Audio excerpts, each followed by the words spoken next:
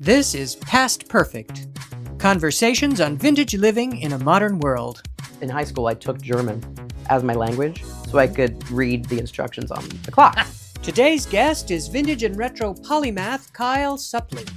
I do think there's a spirit of things, because things, I think, harbor the spirit of the people that manufactured, dreamed, built, and cared for them. So I am here today with Kyle Supley. Very excited to have him here. He's a mover and shaker in the world of retro and vintage. So Kyle. Hi. Hi. Welcome. Thank you so much for having me. Well, thank you for coming on the little podcast. I just feel so at home in the past. Yes. In your present. I'm very much the same way.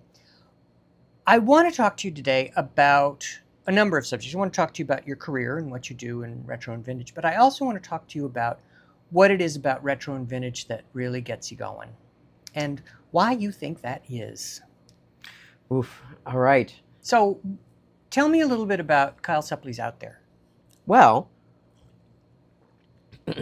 so Kyle Supley's Out There came about as a way for me to celebrate all the fun and amazing, funky, vintage type people and characters that I had met in New York City and beyond, and wanted to celebrate them. And a lot of people that do such amazing things that I had wanted to move to New York City to experience, that I wanted others to see were still going on in the city. Moved to New York City from where? I moved to New York from Schenectady in upstate New York, Okay. which was a working class town where General Electric was based, one of the main bases. It's where the TV and the refrigerator were invented. Where would we be without Schenectady? That's right, yeah. Without chilly things. Exactly. Keep us cold and watch some... And entertainment. Watch some entertainment, exactly. So yeah, I moved here to go to FIT. And what did you major in there? I majored in textile surface design because I wanted to do patterns and prints on shirts, because that would allow me to then print all the things I loved, from old World's Fair posters to glamour shots to old Hollywood images. I was like, this is going to be great. Meanwhile, I was like 25 to 30 years past the era of that being popular. I thought I could somehow bring it back. I think we all feel that way at some point. Yeah, I tried. I really loved that. I loved just the amount of graphics from that era and celebration of color and fun. And I think that's what draws me to vintage in the past, is there was such an explosion of ideas and fun and celebration of what humans could make and do, like tricot knit nylon shirts to platform shoes with goldfish in the heels to everything, lava lamps that look like coach lanterns, like what? And I love that sort of pause of like, what is fun, because I love things that are odd. I don't know if the word is audacious, but just like ridiculous and wild. Yeah. I think it's because I grew up... Jubilant. I just grew up loving characters. And so as a queer person myself, not knowing it quite yet, but I think inside I was drawn to the things that were the queer, kind of maybe tossed aside or not celebrated as they should be, but still had all this excitement and fun if you just took a minute to look at them deeper. Yeah. How deep. And then clocks, I got into clock collecting very early, and the impetus was Back to the Future. That was one of the first films my family sat down for me to watch. The opening sequence of Back to the Future is in Doc's laboratory or garage at that point, and they passed through all the clock collections, and I was blown away, because I was like, wait a minute, a clock doesn't just have to be a square thing that says quartz on it from the 80s growing up. Right. There was the drunken man against a pole with a lit up candlestick next to him glowing. There was all the Kit Kat clocks and the silver poodle and the bear clock with the eyes that go back and forth. And I was like, what is happening? Because it was entertainment. It was telling. It was like a person, literally, which is, I could talk for hours to someone about this, I'm sure. But clocks had faces, so they were like people. They had personalities, some, not all of them, but some. They also did a function, but they also did an entertainment if you wanted them to. So it was like exuberant. It was so fun. I have a little. My mom found it for me. It's a poem I wrote. I think it was like 10 or 12. I think I had to do it for school. I framed it and hung it in the Poconos house, but it's all different clocks I collected at the time, and it was a whole poem about clocks and how some have faces, they sit in places, they have hands. Like, I mean, it was really cuckoo. And speaking of cuckoo, my great-grandmother had an original Kit Kat clock that had fallen off the wall, and the poor thing, when it fell, it hit both the eyes and punched them back into the head of the clock. No. So it ended up in a box, and I promised myself I would fix it, which I did. They glowed in the dark too, and I loved the idea of, like, in the late 50s in a child's bedroom with the radium all night, glowing eyes looking back and forth like nightmares. Hello. Yeah, But that's nightmare fuel. right. And she had a cuckoo clock as well that never functioned. It was in the dining room. Mhm. And when I first saw it, I was like, wait. I was like, so the cuckoo clocks I saw in the Bugs Bunny cartoons are real? Because like the cartoon, the bird comes like way out and like Yeah. hits you over the head with a hammer and goes Yeah, back right. in. I was Yes. like, wait, these are based on something? And so I was amazed by it. I'm still to this day a little upset that the bird only comes out a tiny amount Yeah. and is so much smaller compared to the I clock know, sometimes. But when my great grandmother passed away, I was like, Kit Kat clock, cuckoo clock, Catalan radio, please. And I got all of them. And to this day, probably one of my most valuable radios, which is ironic. Thanks, great grandma Mill. But I brought the cuckoo clock home and tinkered with it because I wanted to know how it worked. And I saw the inside were these like whistles. Speaking of bells and whistles, but there was a gong chime on the back for the bong, and then cuckoo were these whistles with bellows, and it was all gravity fed, so there's no electricity. I was like, this is nuts. I was like, this is fun. I loved music boxes as a kid and see how those worked. So this was just the next step. Very German. I actually in high school, I took German as my language so I could read the instructions on the clocks, because that's why most people pick a language in school. So I took it all apart. The bellows had dried out. They were originally made of kangaroo skin. Sorry, kangaroos. Wow. Or dunkaroos even. But it was very thin skin. You're so thin skin. But they would dry rot and they crack and they don't push air anymore. So they stopped doing that. The clock needed oil, so I oiled it. So I was trying to figure out what I could replace the bellows with. It's just funny. I actually was just fixing one today because I'm still at it. And it was a similar thing where I had to put, to rewind a second, I found in the basement shower curtain material that my mom wasn't using. Yeah. And it was very thin. So I made a pattern from the old kangaroo skin, glued it on, made bellows, and it kind of worked, but the weight of the bellow didn't have enough weight to drop each one down because of the thickness in a way of the material. Yeah. So I ended up stacking pennies on top of the bellows so they would have enough weight to go down. It was a whole physics experiment. Yeah, but you really figured out how to make it work. I got it to work. Really the point. And then my amazing. grandpa was like, this is amazing. You have to come to the National Association of Watch and Clock Collectors. It was a meeting in Burnt Hills, New York, upstate. I was like, okay, sure. So he brings me to this old church at night, and the door opens, and I remember it was on a bunch of stairs. It was like the basement of this church and the mess hall or whatever it's called. But all these old men at these long tables with all the different clocks. And here walks this, I think I was 9 or 10-year-old. Amazing. And they all were like, the Messiah. It was like the funniest thing. And so this one guy comes out of the magical dust and smoke. Just kidding. But his name was Smiley Lumpkin. Mm-hmm. And I remember them being like, well, here we go. And he was so kind, and he introduced me to everybody. And then he was like, come back to my place sometime. Hello. No. He's like, come to my place, bring your parents or your mom, dad, whoever, and I'll teach you. And I only went, I think, on 2 occasions. And I must say I spent maybe an hour each time. And the amount of things that he taught me, it's amazing what your brain is like at 9. It's just a super sponge. Mine was. And I still to this day use almost all the things he taught me. That's and amazing. I've fixed 700 or more clocks over the years. That's if I had to guess, incredible. I think. But it was so nice. And then the other day in one of the clock groups, I think I mentioned something about going to the clock group in Boston Spa, and this guy goes, did you know Smiley Lumpkin? He responded back, and I was like, what? It was real? No, I knew it was real. But he also taught that guy too. So I was like, wow, what an impact that guy had. Yeah, so, definitely. it was a fun hobby. And then once word got out, like my aunt worked at a jewelry store in Boston, and the repairman there had passed away. But they still had these 3 cuckoo clocks from this family. It was 3 different sisters. The uncle had bought them in Germany when he was, I think, there war or something. So they sent him to this 10-year-old in upstate, and I fixed them all. And there's a video of me, somewhere I have it, of me talking about the repairs of the music boxes. I love cuckoo clocks, and I fixed them too. And here, some ladies, it was a mother, gave them to her 4 daughters, and the 4th one's still coming. These were sent to me from Massachusetts because a jewelry store couldn't fix them, so they've gone to send it to me. And I fixed them so far. It was funny, and so it's always been a really fun side thing, and it's very fulfilling, I think, to bring something back to life, I really love that piece. And giving I just found one the other day at the flea market. I'll have to show you a photo of it. Is bordering on unattractive for me, which is hard. But it's a hammered clock face. And I saw it at the flea market. It was like plopped on a table with chains attached to it, a big like bar across, and then a big brass bell with a hammer. Then I flipped over, I had a big battery movement on the back with all these wires, and then wire ran across the whole thing to the bell. And I was like, what? And on the face it said bell strike. So I knew it was a chiming bell clock. And I just love the contradiction between this clock that's supposed to look like it's from 1650. You put a D-cell battery in, and it's a battery movement, but it's not like a quartz one. It's automechanical, electromechanical. Interesting. So it winds itself every 8 minutes, and then it runs, and then off of that there's another worm gear motor by the bell. And the way it works to count off the hours is so intricate and crazy. Of course I fixed it.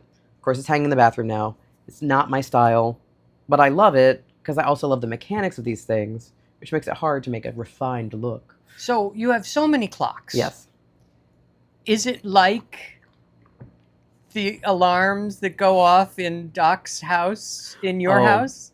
So to a point, yes, it can be. I try to keep it to a bit of a minimum, the ones that chime. I have like one cuckoo clock in the kitchen. Mm-hmm. I have a Westminster clock electric in the living room. Mm-hmm. The new bell strike, which is nice. And then there's a couple others here and there. It's hard because my apartment's small and I work from home a bit, so sometimes I'm on calls. So to have it be like, cuckoo, cuckoo, I'm like sitting there trying to keep a straight face, and I'm sure people are there looking around like, what? But it has been over the years like that. And when I was a kid, I had a bunch in my bedroom that would go off all night, my tiny bedroom, which how I survived that, I'm not sure. And then partners I've had are always like, whoa. So I try to keep them out of the bedroom at least so we can have a good night's sleep. Yeah. And even ticking, I try to keep that to a bit of a minimum Mm-hmm. in the bedroom. Kitchen's a great place for some novelty and some chiming and sounds and the rest. Yeah. And then the new thing is those, the electromechanical ones, they wind every 8 minutes Mm-hmm. at different intervals. Mm-hmm. So you hear, beep, click, bonk, dink. And I'm like, what? And I kind of gotten used to it. It's kind of nice when you're alone because you're like, oh, I'm not alone. There's someone here. It's just clicking weird. It's very like cartoonish. It's something. A friend of mine who used to cat sit for me, she was like, I love the sound of your home. It has like a din or like a hum of different like electric motors and ticking. And I'm like, what? Really? You go a little numb too. But yeah, I mean, I had so many as a kid in the bedroom, and over the years try to decorate with them. And you know, the hard part is as you get older, it seems younger people aren't necessarily taking up the mantle as much as they used to, if at all, even then.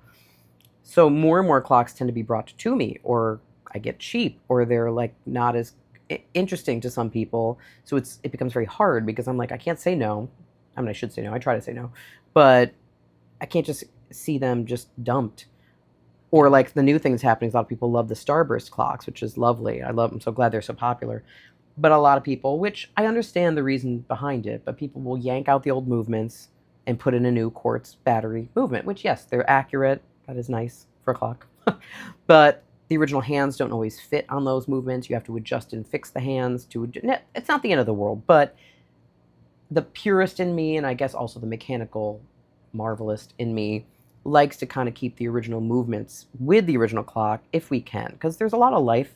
They've got a lot of living to do, as the commercial would say, but there's a lot of life left in them. They just need a little more care. And some people like caring for plants and watering them and pruning them. That's not me. I'm not great at that. I try. But clocks are kind of more my thing. Mm-hmm. What is crazy, I'm sorry to go on tangents. It's related. But the early clocks, they will run, you would hope. But the way they run, you have to adjust the timekeeping. They might go a little fast. They might go a little slow. You have to adjust this little screw to get them to keep the correct time. A quartz movement, put a battery in it, it's set. It's always going to be fine until you leave the battery in too long and it rots it. Don't do that. Change once a year, folks. But it's kind of fun. There is a moment the other day where I was like, oh my God, the amount of time I spend, because I'll be doing my diligent work during the day and suddenly I'm like, oh, that clock is off by 3 minutes. Let me get up. Let me get a screwdriver. Let me make a slight adjustment. And okay, good. Now I can go back to work. But add that to multiple clocks a day. You could really lose your mind. And I really want to talk to some people who owned clock shops in the 60s and say, pardon me, how in God's name did you keep these all regulated? And apparently they came from the factory fairly regulated. But over the years, some need oil. I mean, all clocks need oil at some point. they'll go slower or faster, and boy, is it a mess at this point. So I enjoy bringing them back. It's a fun challenge. Mm-hmm. If I was retired, but I'm not retired, so it's a little hard. But no, it's just a fun little hobby. All right. So it started with clocks, The collecting. but yes, and also the fascination. But you have developed a fascination for all things retro and mid-century to some degree, and earlier, Art Deco. And Yes. so, what is it about the past that really floats your boat? When I was 9 years old, I saw the 1939 World's Fair had its 50th anniversary, and it was a cover of a collector's magazine. It had the Perisphere and Trilon, the theme center, and it looked like a whole other planet. And I was so drawn to it. I was like, what is this? And they were saying it lived in New York City at one point, and it was this fair. And I was like, hold it. This is nearby? I didn't expect that it was all still like that, but I was like, that is really outer space and really cool and way ahead of its time. And it seemed like a way to investigate another planet without necessarily leaving this one. That's an interesting point you're making, because other times are kind of like other planets. It's like, if you think about how different the world was for the people who were living back then, and the sort of subjective experience that they have is so different. That's one of the things that fascinates me. And I love the sense of, so for me, it's all about sort of recreating a moment. Yeah. Whether that moment is in 1974, like this apartment, or whether that moment is 1941, which is the outfit that I wore to host Miss Subway's in. I find it fascinating to dial it in such a very specific way. So you have this moment of, did you ever see the movie, I think I talked to my last interview about this, did you ever see the movie Somewhere in Time? Mm-mm. Oh, you need to see that. Sounds like it. Somewhere in Time, it's a romance movie with Christopher Reeve and who was the woman who was Dr. Quinn, medicine woman? Oh, Jane Seymour. Jane Seymour, yeah. And he falls in love with a picture of her, and she lived in the 1910s. And so he hears from one guy about how he has a theory of time travel, that if you place yourself in an environment... Is that what we're doing? ...that is perfect, yeah, that has no present day, any reference to the present day, and you meditate on it or something like that. Sorry, what year did this movie come out? 1979. Okay, I'm nervous, y'all, because I was born in 80. There you go. And I bet this reran when I was 1 or 2, and out of my crib I must have been like, could be, yeah. That's so fascinating. So he goes back in time, he falls in love with Jane Seymour. So can't bring her back, I bet. That's right. And it's what are we doing? One of those tragic love stories. Oh. But I've always felt an affinity to that movie, because I've always sort of created those period 1000%. Moments myself. And it's funny because I don't have enough spaces in my life to do that. I would much prefer to do rooms that it's the 30s room, it's the 39 room, it's the 59 room, it's 63, 74, 78. Yeah. Or I'd probably do 77. Why did you pick 74? Is there a reason, or just the style lent itself to the year, or the year made you... 1974 is a very interesting year. To me. So the 60s was all about space age and that whole idea of futurism and all of that. And 1973, 1974 is a turning point where they start to turn back to traditionalism. So you start to see more traditional styling on things. If you look at the Chrysler lineup, the front ends of the Chryslers have a loop bumper in 1972, and then they have to go to this big bumper. Interesting. In 1973 for the 5-mile-an-hour impact standards, but they also change the front end, and it becomes a more traditional styling. And I think that is what that turning point of 1973, 1974 is all about. You also see 1973 in women's fashion. You see a revival of 1940s styles with puffed sleeves and stuff. I hope we have a lot of time, because you're drawing up a lot of things for me to talk about. I'll be quick. My father's van is 1974, Econoline Ford van. Yeah. Love that. I'm obsessed with style and how quickly it used to change. cars. Every year they were pushing the envelope. Every toaster each year was almost a different look. That's true. There was such a race for that. And nowadays you get a great car that, and I understand this in a way, you don't want to be made fun of for having a dated car. Cars don't look dated anymore. Correct. You can get 20 years out of a car. At least to me. Yeah. Maybe they do to 10-year-olds. I would love to test them, except for the new Tesla garbage truck machine box. Right. But like that stands out. But the last car was the Ford Neon, the lime green. Do you remember that? It was like a Kermit green. It was like, wow, something interesting. But yeah, I got to try to remember the book now, but it talked about this when I was in college. I read about it, and I kind of already knew it subconsciously. But it's also interesting, though, because I think of the Colonial, which is really not so much my thing. I can appreciate it. There's the Colonial Awful Facebook page, which is hilarious. Right. But it's interesting because the Colonial thing, I Love Lucy's home was that. I loved the 50s, and I would watch I Love Lucy, especially where they moved to Connecticut. And I was always like, where's the 50s stuff? Where's my 50s lamps? Come on, where's the camp and kitsch? Now, they were being classy, and it was very simple, but even then was colonial. Then you have 72, 73, there was colonial. There's even 60s clocks, early 60s, where I'm like, right, well, there was always colonial.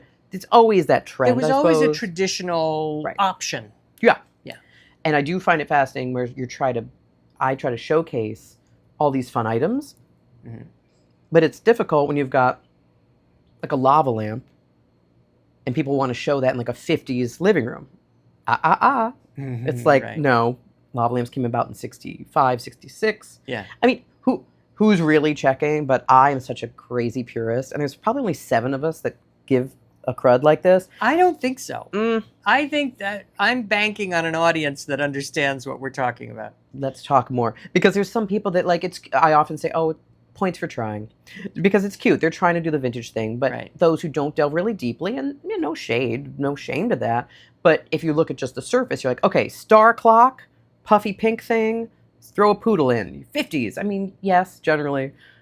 Again, most people don't spend their entire waking life like we have studying the pattern change, analyzing. Oh my God! But I like that. I love a puzzle. I like studying and like figuring out the eras for different things. Yeah. I wish I'd gone into real estate and preserving time capsule homes. Again, you need to be a billionaire to do it because you're probably not going to make a lot of money. That was my last interview. Was Max from Homes with Max? What? Yeah. Here? Yeah. What? He came to New York, profile my apartment, and I sat down I'm with gonna throw him. this table. Is he great? He seems so great. He's delightful. I love his postings are really doing a service because it's helping people. That's what I want to do, is try to help.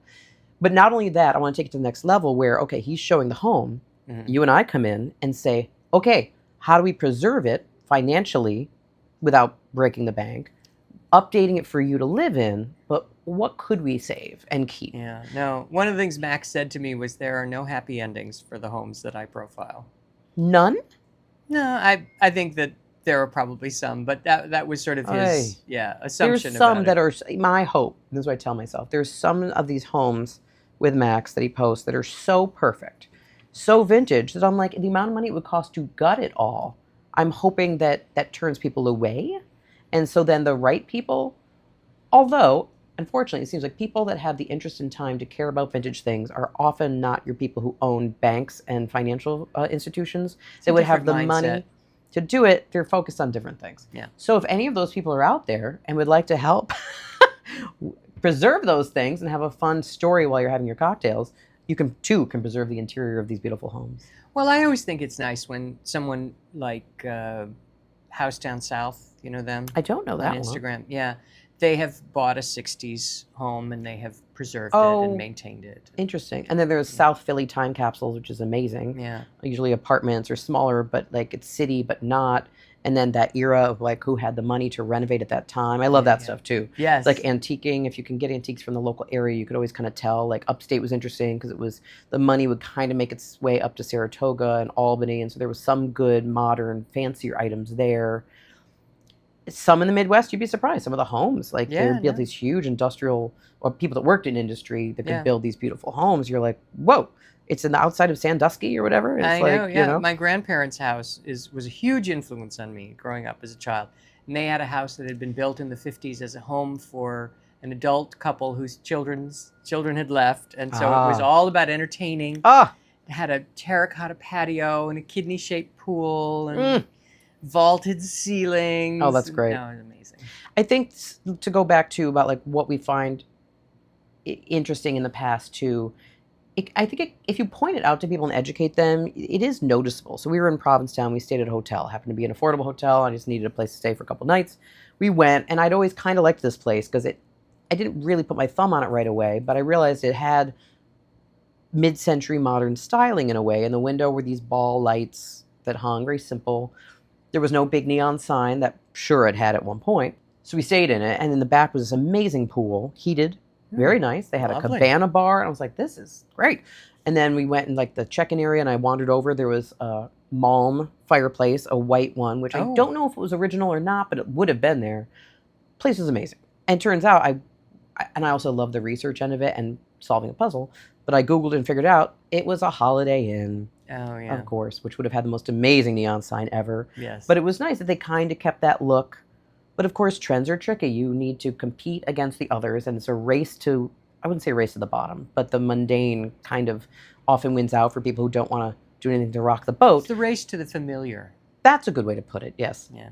Which can be mundane. But like their doors at one point in the 90s were like orange, turquoise, yellow, like keeping that old look alive. Mm-hmm. Now they're all tan. Yeah. You know, I get it.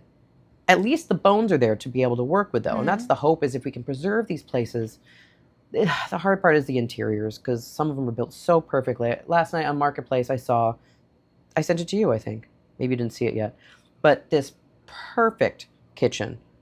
I think it was a pink flare oven set with the perfect cabinetry, I think, and I want to say turquoise, if I'm not mistaken. The floor was the original terrazzo, big 4 foot by 4 foot squares of terrazzo. And I was like, no.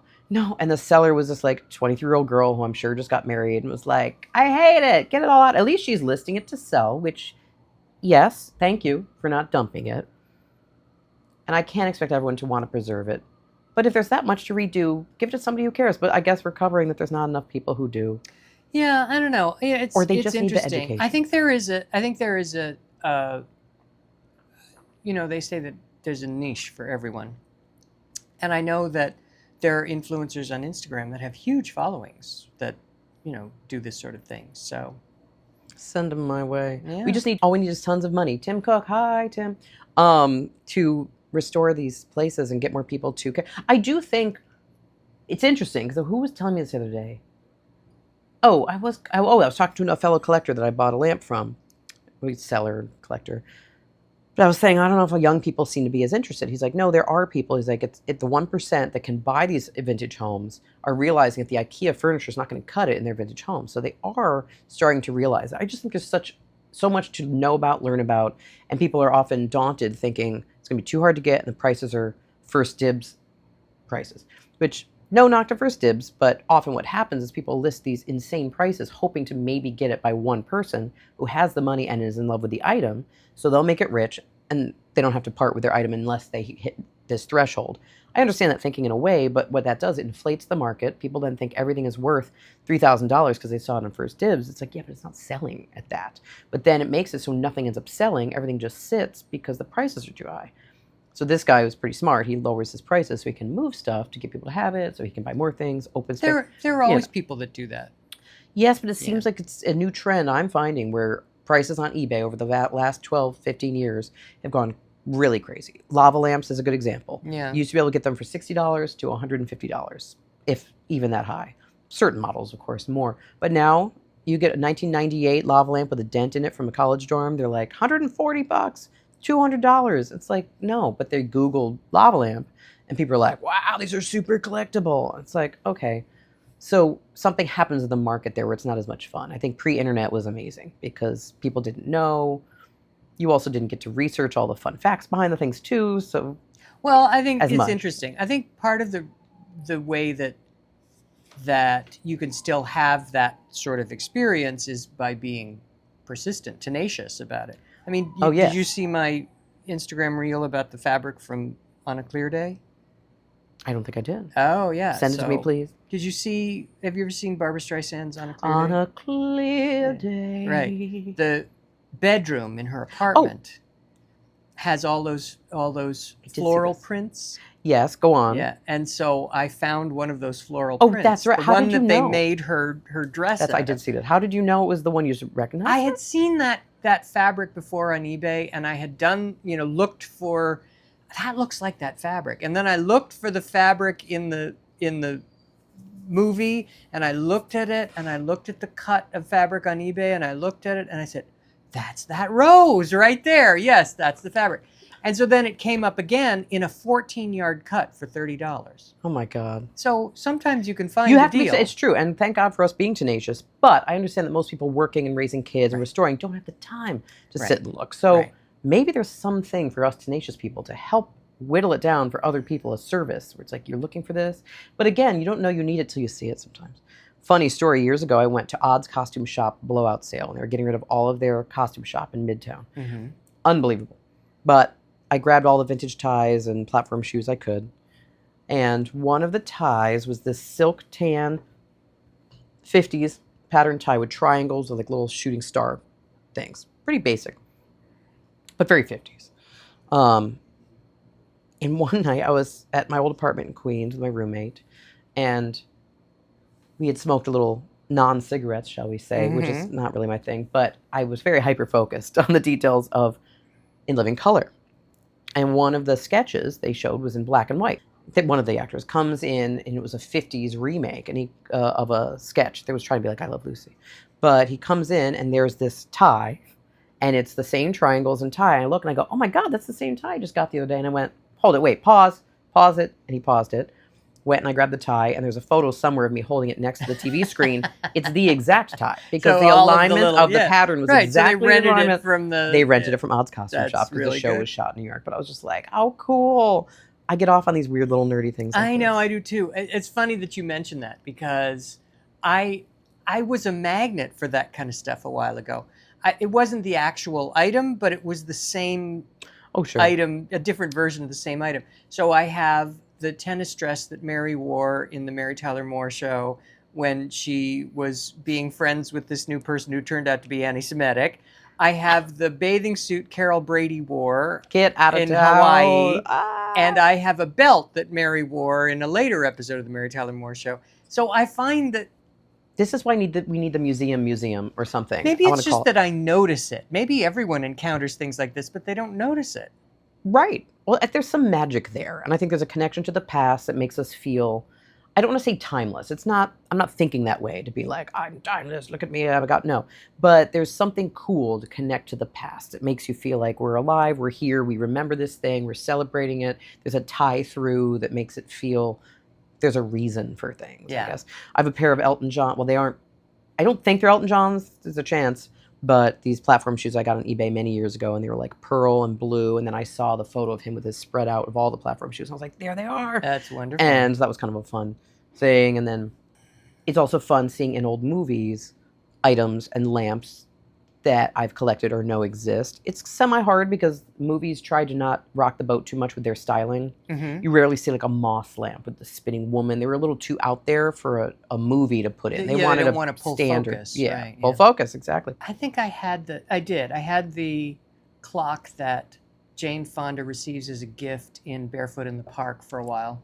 It's like a console clock. It's about that tall. It's got fun. Yeah. There was recently at MoMA, they had that 24-hour movie. Did you hear about this? Called The Clock.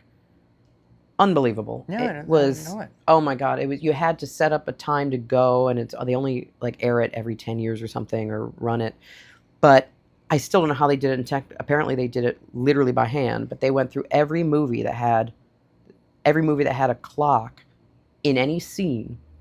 They took a clip of that, and whatever the time was on the face in the movie, they lined it up in this 24-hour movie, and each minute of the hour, they would show all the clips of the time from any movie.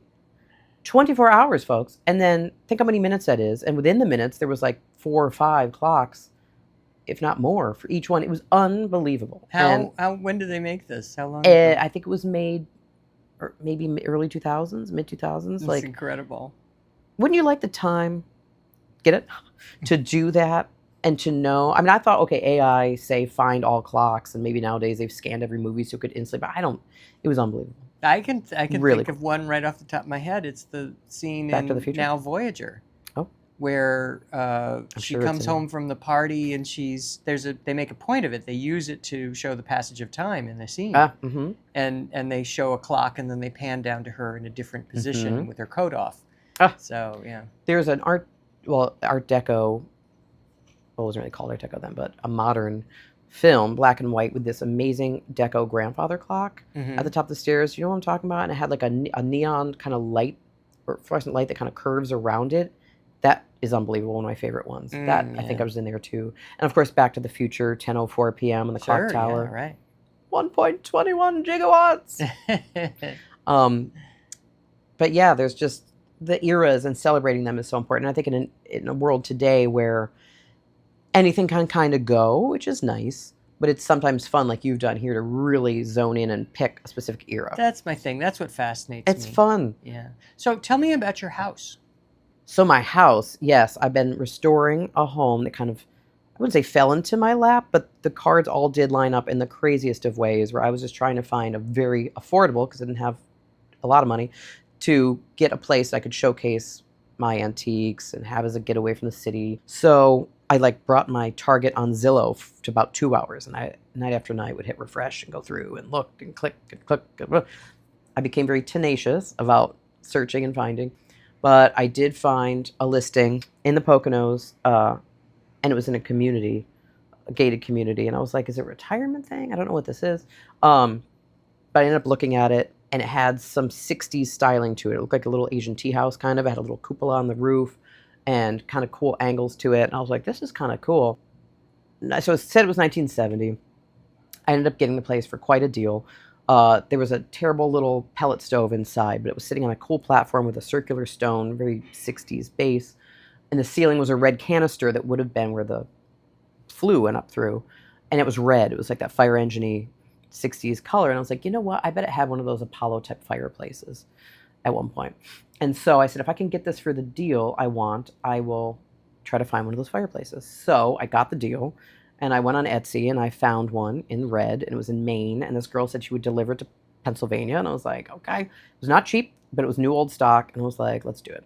So she brought that, and my father and I put it in. And so then we were in the community, and I found that there was a museum of the community. And I was like, how is there a museum? It's a big community, but I was like, there's a museum? I love a museum.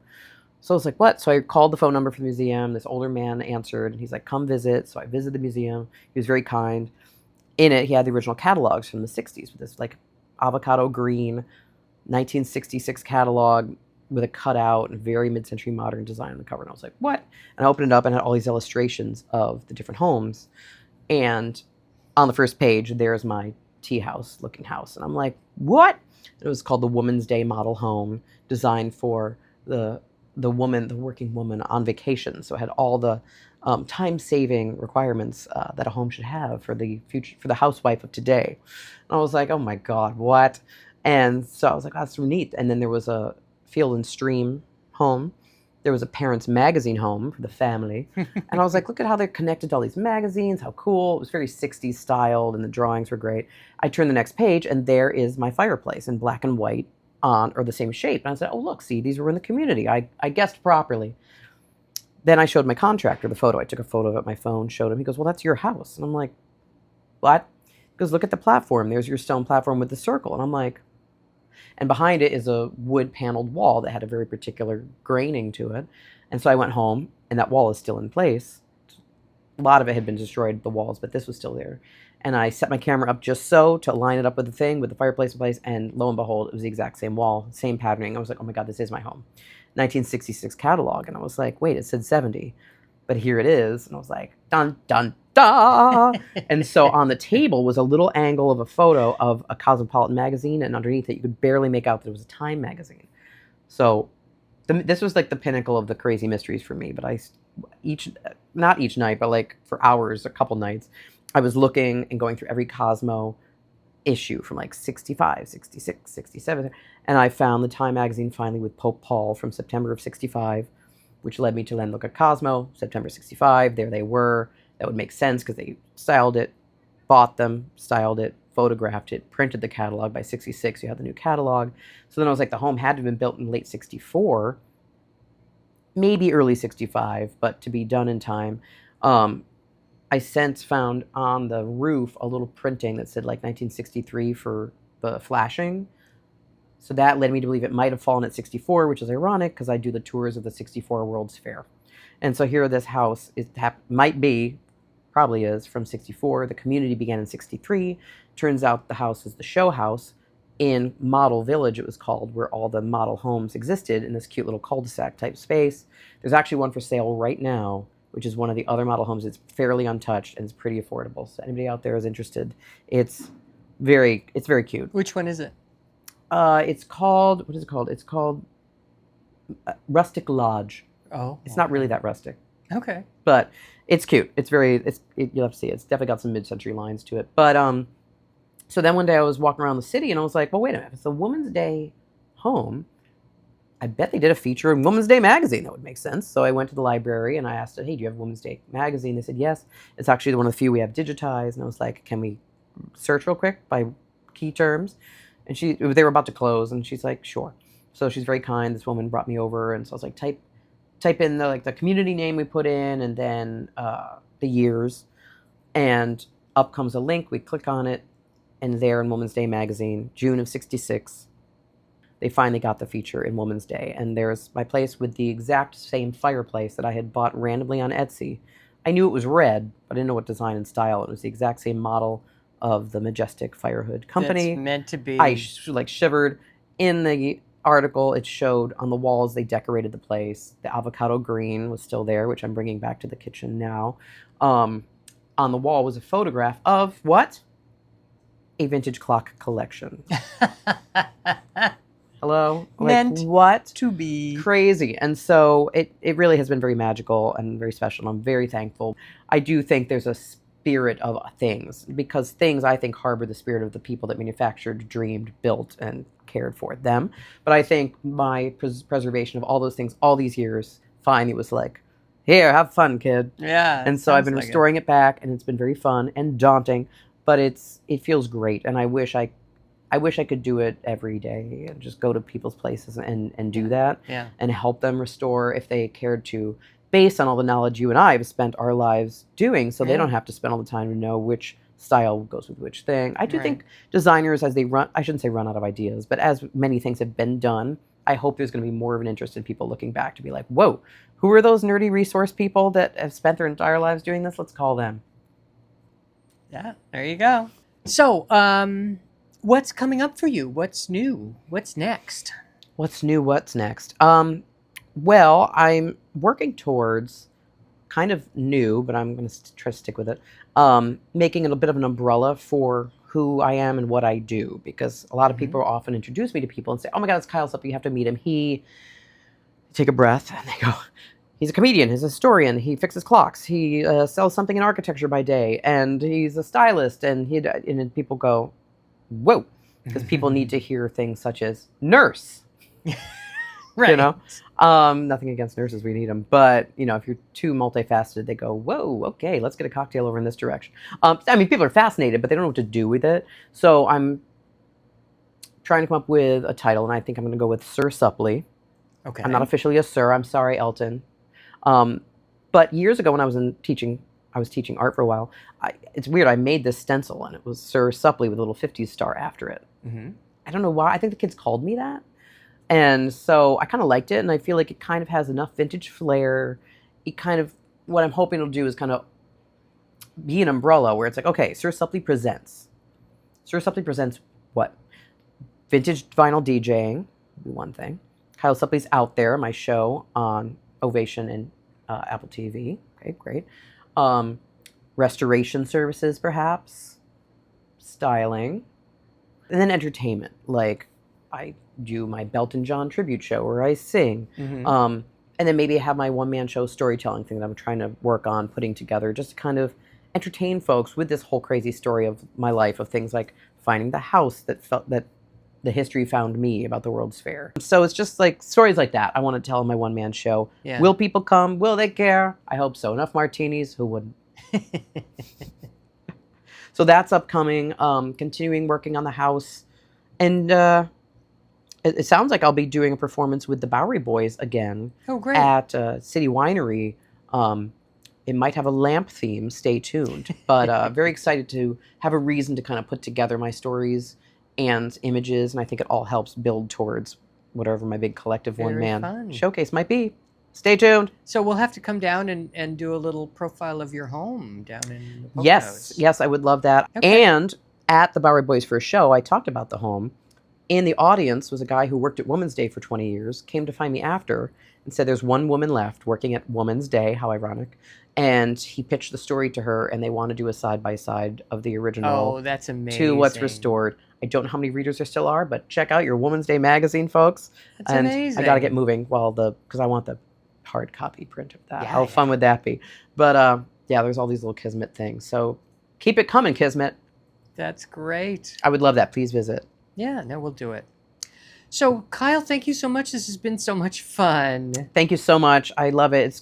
I could do this all day, and there's few people that I think we bond and can just throw out things where you're like, what about this? I know this texture and this, Right, and it's so right. lovely. And so I'm We have thankful for our very- friendship. Very similar points of reference. Yes. Yeah.